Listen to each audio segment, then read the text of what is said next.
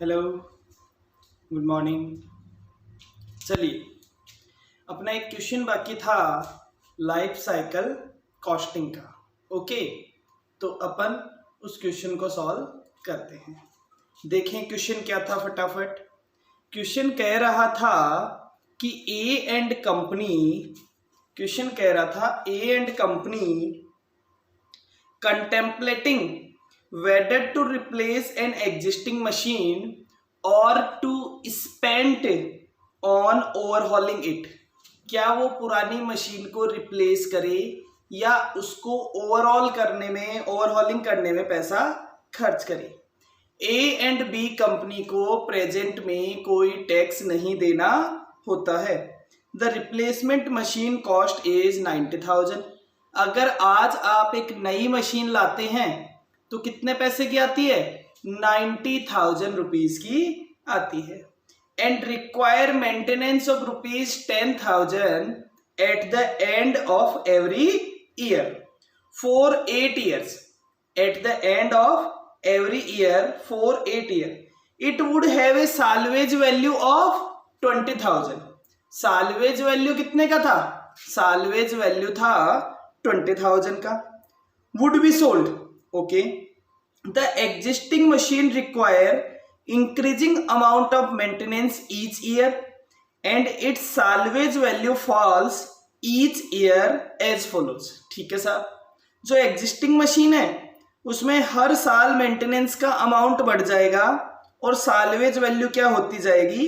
कम होती जाएगी। Present maintenance 0 है, साल्वेज वैल्यू 40,000 है। ईयर 1 में मेंटेनेंस 10,000 है, साल्वेज 25,000 है। Year 2 maintenance 20,000, salvage 15,000।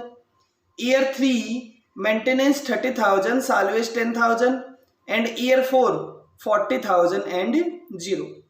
The opportunity cost of capital for A and company is 15%। Require When should the company replace the machine? क्या company को आज मशीन रिप्लेस करनी चाहिए? आज के 1 साल बाद करनी चाहिए, 2 साल बाद करनी चाहिए, 3 साल बाद करनी चाहिए या 4 साल बाद मशीन रिप्लेस करनी चाहिए? कौन सा ऑप्शन आपके लिए सबसे बेटर है? हमें ये आंसर क्वेश्चन में देना है। तो ये आंसर देने के लिए सबसे पहले आपको क्या निकालना पड़ेगा? सबसे पहले आपको निकालना पड़ेगा कि नई मशीन पे अगर काम करते हैं, रिप्लेस कर देते हैं तो कॉस्ट कितनी आती है? रिप्लेस कर देते हैं तो कॉस्ट कितनी आती है? और पुरानी मशीन को कंटिन्यू करते हैं तो कॉस्ट कितनी आती है? जिस ऑप्शन में कॉस्ट कम आ रही होगी हम उस ऑप्शन को क्या करेंगे? कंटिन्यू करेंगे। जिस भी ऑप्शन में कॉस्ट कम आ रही होगी हम उस ऑप्शन को क्या करेंगे? कंटिन्यू करेंगे। चलिए साहब देखते हैं फटाफट से। अब देखिए, एक चीज और ध्यान रखने वाली है कि नई मशीन की लाइफ है 8 years, जबकि पुरानी मशीन को कंटिन्यू किया जा सकता है 4 साल तक। अब हो सकता है हम 1 साल करें, 2 साल करें, 3 साल करें या 4 साल करें। तो मेरे पास एक बेटर ऑप्शन है कि हम क्या निकाले, जैसे हमने पीछे के क्वेश्चन में निकाला था इक्विवेलेंट एनुअल कॉस्ट, वैसे ही हम यहां भी क्या निकालेंगे?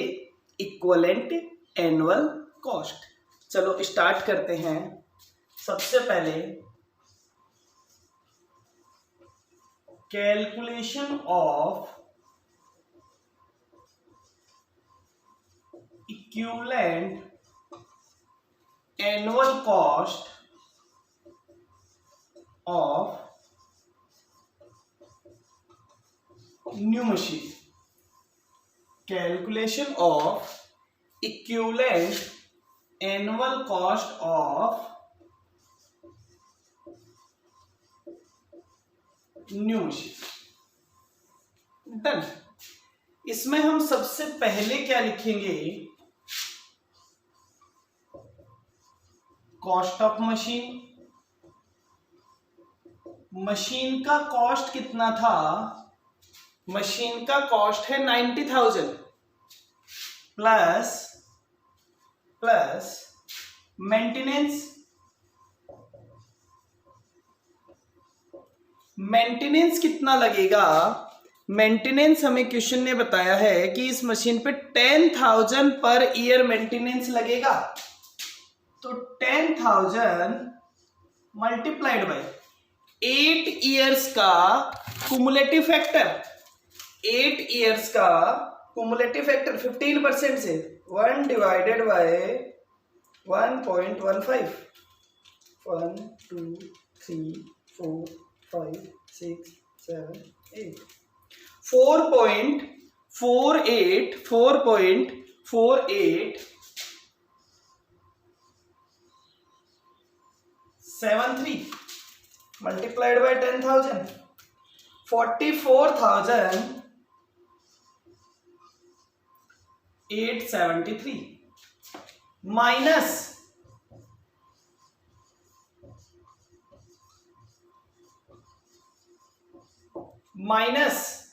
Salvage value,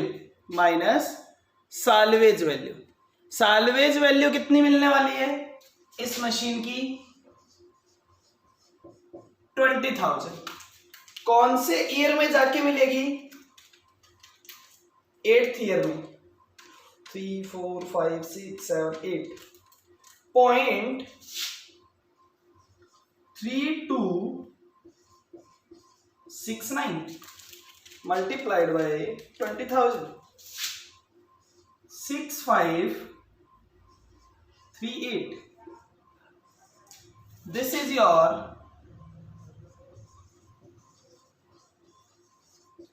total cost. Total cost की वैल्यू हो गई 90,000 प्लस 44,873 माइनस 6,538, 128,335। फिर हम निकाल देते हैं equivalent annual cost, 1,28,335 divided by 4.8 years का कुमुलेटिव फैक्टर। ये कॉस्ट 8 ईयर्स की कॉस्ट है। 128,335 divided by 4.4873, that is 28,600 each year, 28,600 each year.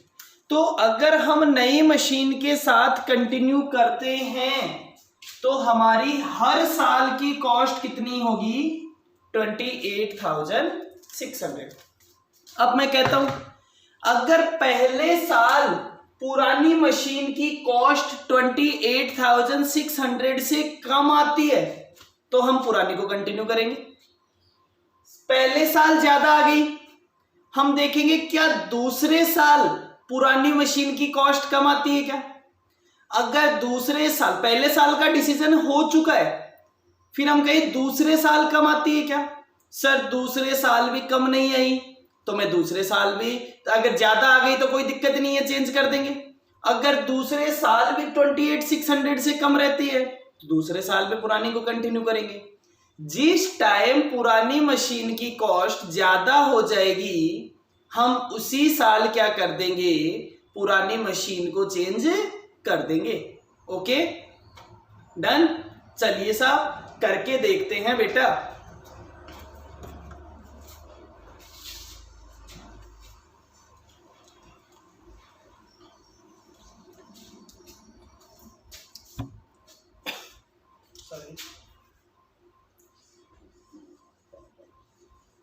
Cost of old machine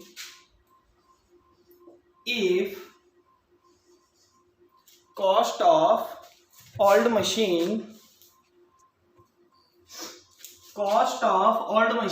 if replace at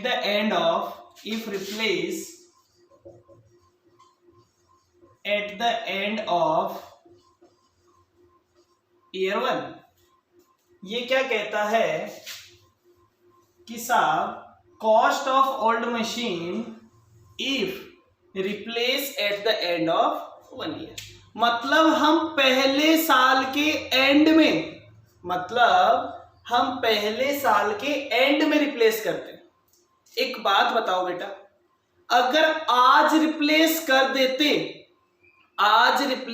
देते तो वो मशीन आज ही सेल हो जाती, पुरानी वाली मशीन, और आपके पास एक पैसा आ जाता। कितना अमाउंट आता सर? 40,000 का अमाउंट आता। वो 40,000 अब आपके पास नहीं आएगा, तो मैं कह दूं जो आने वाला पैसा नहीं आएगा, मैं ऐसा भी तो कह सकता हूं कि 40,000 नहीं आए, तो वो 40,000 मेरा इन्वेस्टमेंट हो गया। तो हम क्या कहते हैं कि साहब salvage value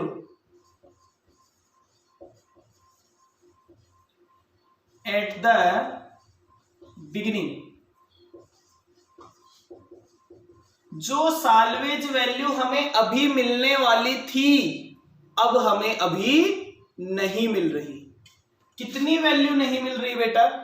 salvage value sir हमें 40,000 नहीं मिल रही।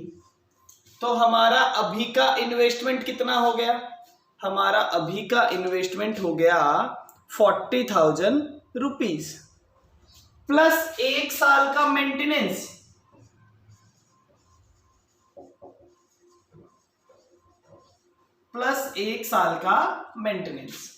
पहले साल का मेंटेनेंस कितना है?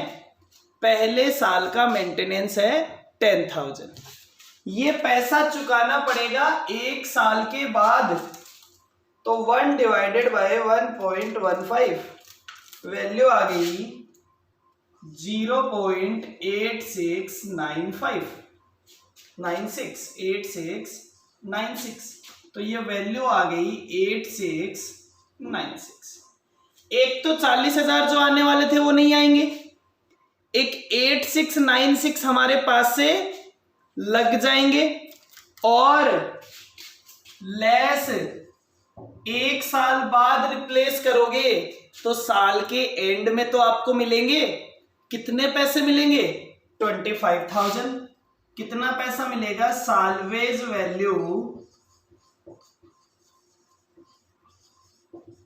Eight the and 25,000 multiplied by 0.8696, 25,000 multiplied by 0.8696, the value is 21,000,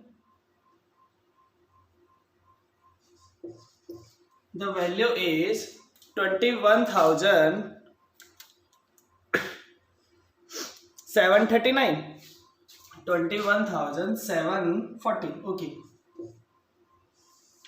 done साहब। अब आप बता दीजिए आपकी क्या आ गया साहब? टोटल कॉस्ट कितनी आ गई? टोटल कॉस्ट चेक करके बताइए।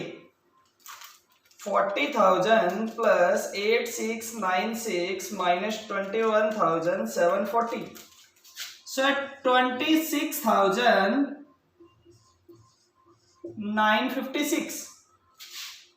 मैंने कहा वो जैसे 8 इयर्स के बाद में आ रही थी, ये कॉस्ट भी तो 1 साल की है, इसे भी क्या करना पड़ेगा?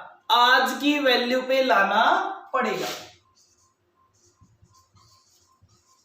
Equivalent annual cost, equivalent annual cost 26,956 divided by 26,956, ये वैल्यू कब है?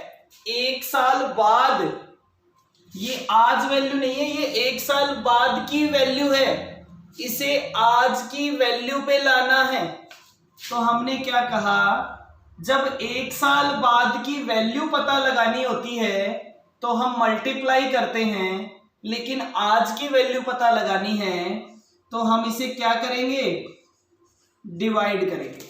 देखो यहां पे मुझे 10,000 रुपए 1 साल बाद खर्च करने थे, ठीक है, 1 साल बाद पैसा खर्च करना था, तो मुझे आज की उसकी वैल्यू निकालनी थी, तो मैंने उसे मल्टीप्लाई कर दिया।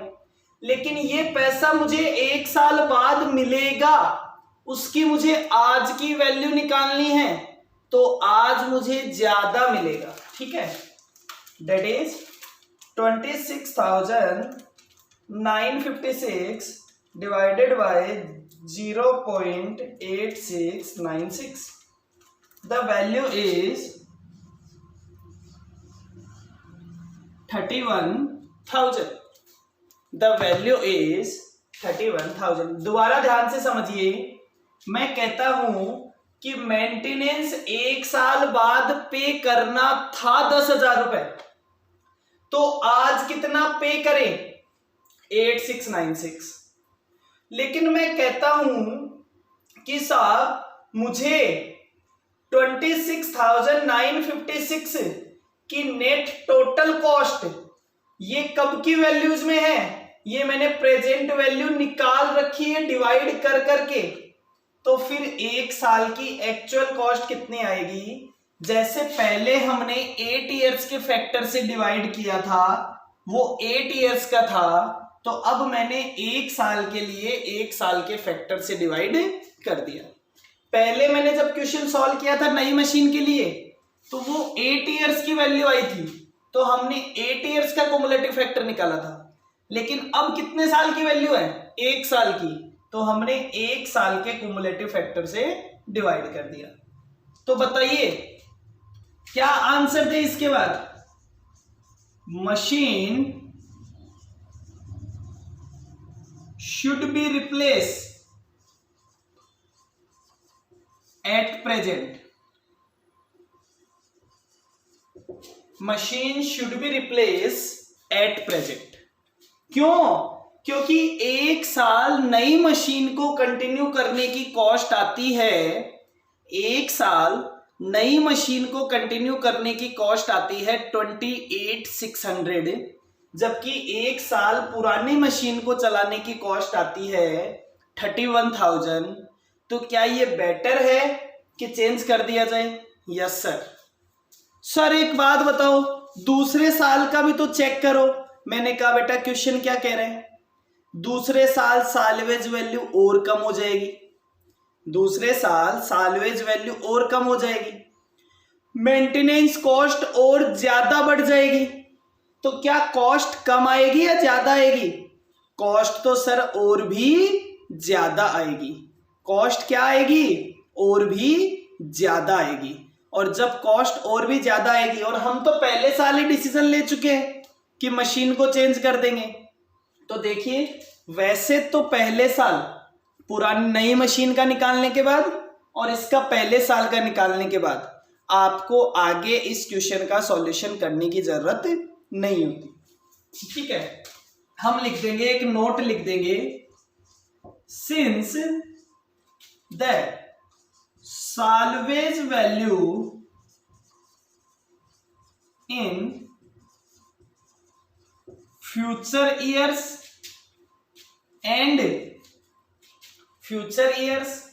and maintenance cost will salvage future years decreases and maintenance cost will increases,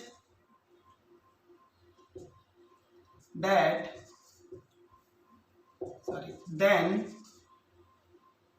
future cost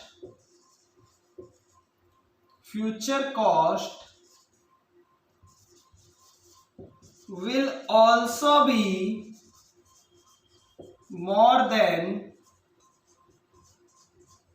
31,000। Okay, तो वैसे तो हमारा जो इतना आंसर है उससे हमारा काम हो जाएगा, बट एक बात और ध्यान रखिए, जो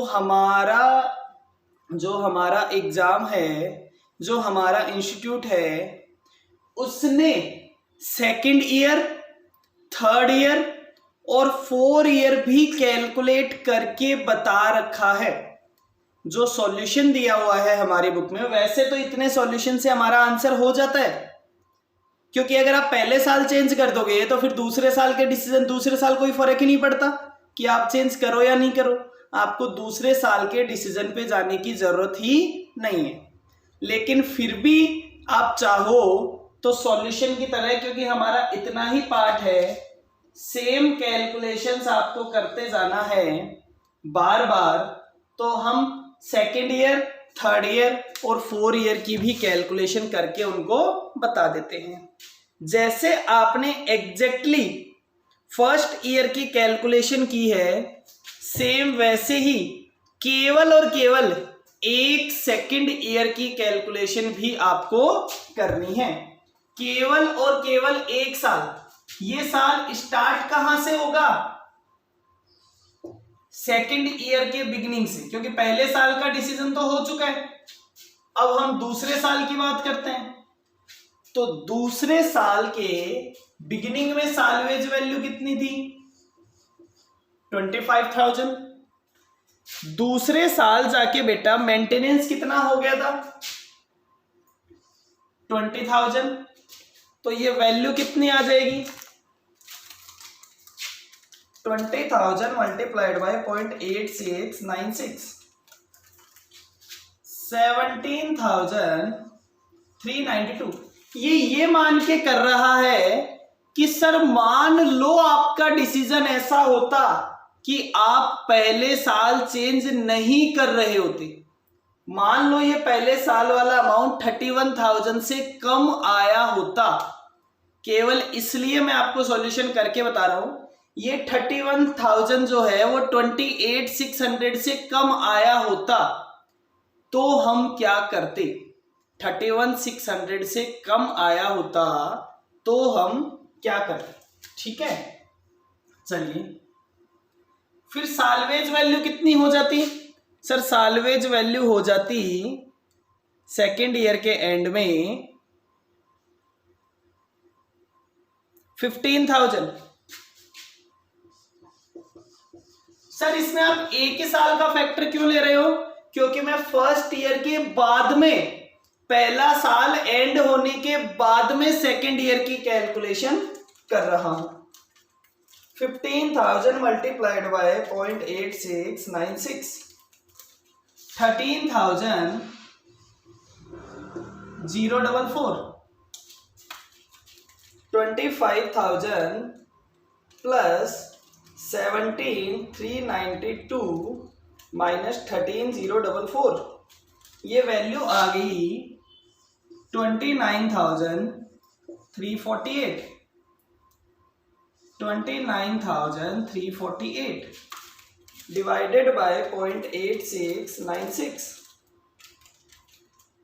29,348 divided by 0.8696. The value is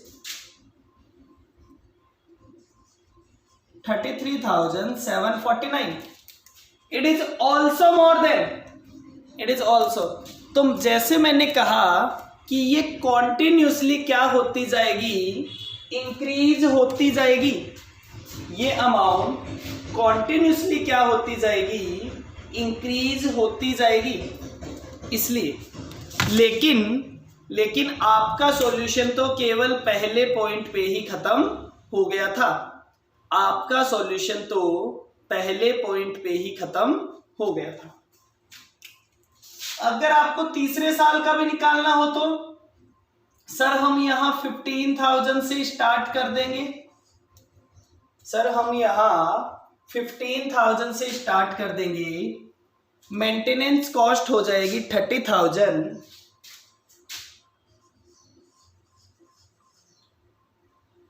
ठीक है सर।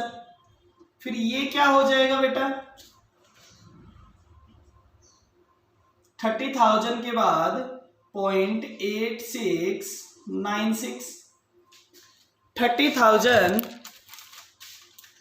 मल्टीप्लाइड बाय 0.8696,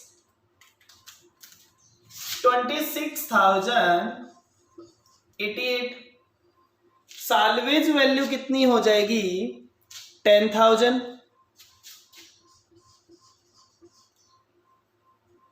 तो 8696, 15,000 प्लस 26,000 88 माइनस 8696 वैल्यू हो जाएगी 32,392, 32,392 डिवाइडेड बाय 0.8696।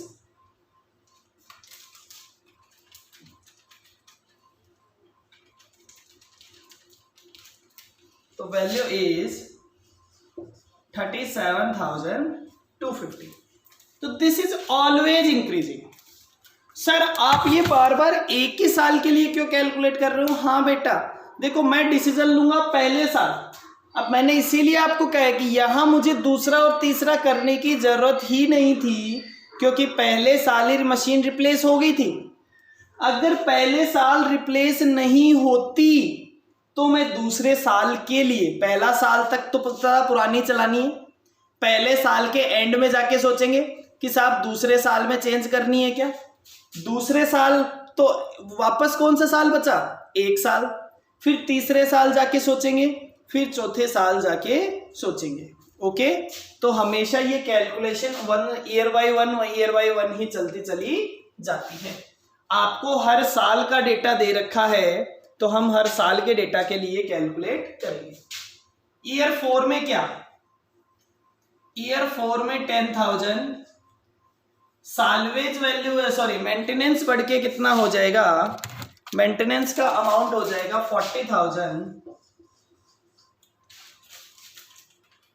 40,000 multiplied by 0.8696। अब ये सारा डेटा एक साल का है, ये 40,000 भी एक साल के हैं। Salvage value eight the and, sir salvage value बचेगी नहीं, तो ये टोटल कितना आ जाएगा 44,784, 44,784। तो चौथे साल का खर्चा कितना आएगा? 44,784 divided by 0.8696, the value is 51,500।